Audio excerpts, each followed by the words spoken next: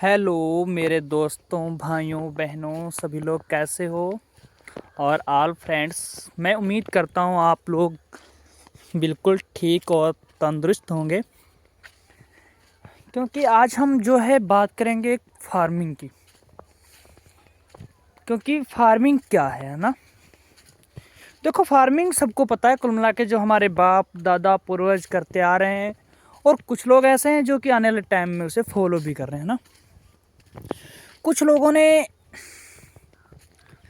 जो कुछ लोग बड़े बड़े बिजनेसमैन हैं या कुछ लोग ऐसे हैं जो उन्होंने बातें बना रखी हैं कि फार्मिंग में कुछ नहीं बचता है ना, खेती बाड़ी करने से या क्या बचता है। और कुछ लोग खेती बाड़ी को अपना काम को काम नहीं समझते लोग, और बिल्कुल जीरो समझते हैं। मैं उन लोगों को बता दूं कि वो कैसे कहते हैं ना कि देखो, फार्मिंग वाले एक तो फैमिली के साथ रहते हैं। देखो, बहुत प्रॉफिट है। देखो, जो इंसान फार्मिंग करता है वो अपने फैमिली के साथ में रहता है, अपनी फैमिली को टाइम देता है। नंबर 2, वो खुद का मालिक है, वो किसी का नौकर नहीं है।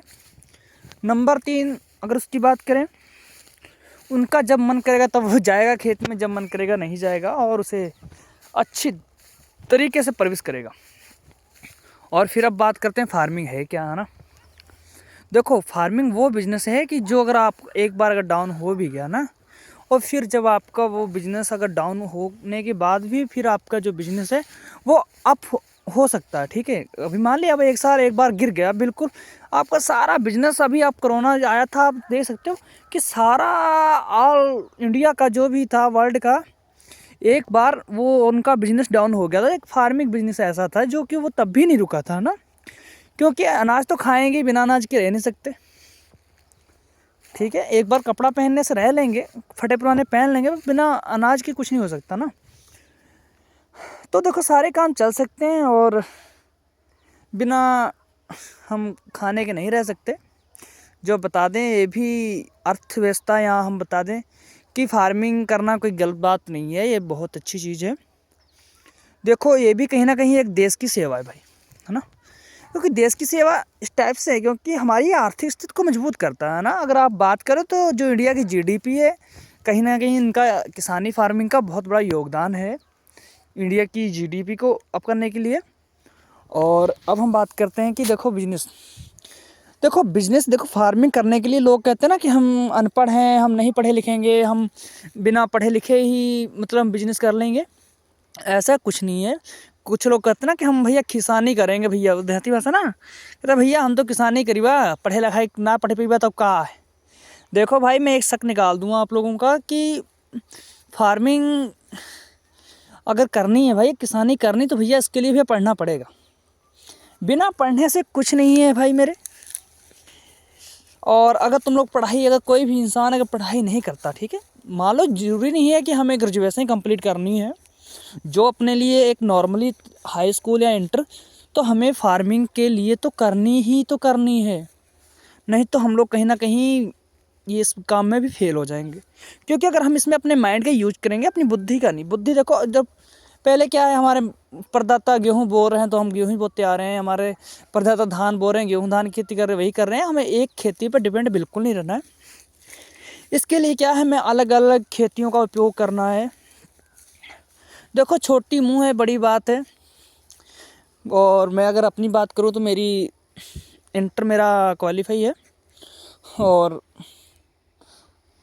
मुझे इंटरेस्ट है बिल्कुल फार्मिंग में ही, किसानी में, और मैं किसानी करूँगा शुरू से भी।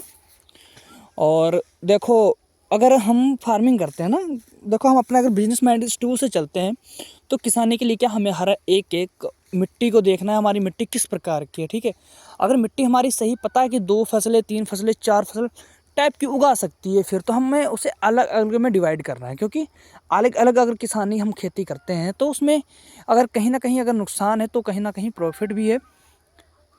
इसमें यह है इसमें यह है कि आप दे सकते हो, आपने थोड़ा सा कहीं केला लगा रखा है, कहीं आपने गन्ना लगा रखा है, कहीं आपने गेहूँ बो रखा है। जैसे ये मेरा गेहूँ लगा हुआ है, ये गन्ना लगा हुआ है, और ये मेरा केला लगा हुआ है। तो इसमें कि अगर इसमें कोई दिक्कत होगी तो हमें ये प्रॉफिट देगा, अगर उसमें दिक्कत होगी तो वो हमें प्रॉफिट देगा।